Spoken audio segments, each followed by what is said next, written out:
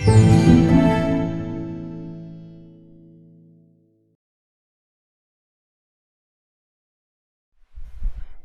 students. So start na naman ng new learning block natin. So in case you're wondering na minsan wala pa yung course nyo sa dashboard nyo, minsan kasi may instances na hindi pa siya napapublish ni professor nyo. So before kayo mag-email, turuan ko kayo kung paano nyo i-check if naka-publish na ba or kung naka-enroll na ba kayo sa isang certain subject para ma-check nyo rin kung naka-publish na ba siya or hindi. Ito. Gagamit muna ako ng isang student as a sample lang.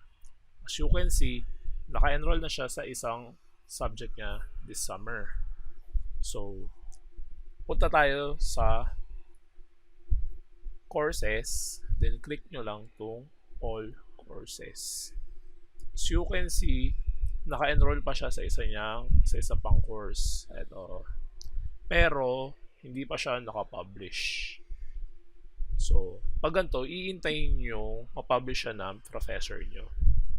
So, para hindi kayo mag-panic kung baka mamaya sabihin nyo hindi pa kayo naka-enroll dun sa course na yon, check nyo muna sa courses, then all courses.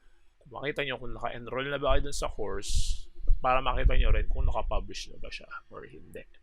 Pag wala rito yung course nyo, then that's the time na mag-send na kayo ng email sa amin.